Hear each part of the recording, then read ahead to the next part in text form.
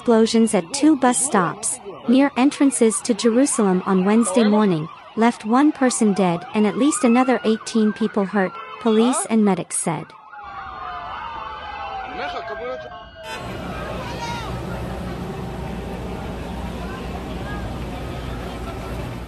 The first explosion occurred close to the main entrance of Jerusalem, in Givat Shaul, shortly after 7 a.m., peak commuter hour.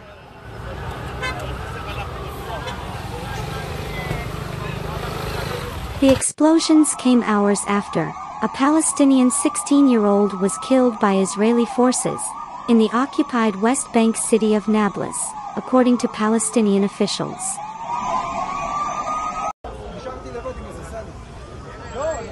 The explosions were thought to have been caused by an explosive device left in bags, according to initial Hebrew-language media reports.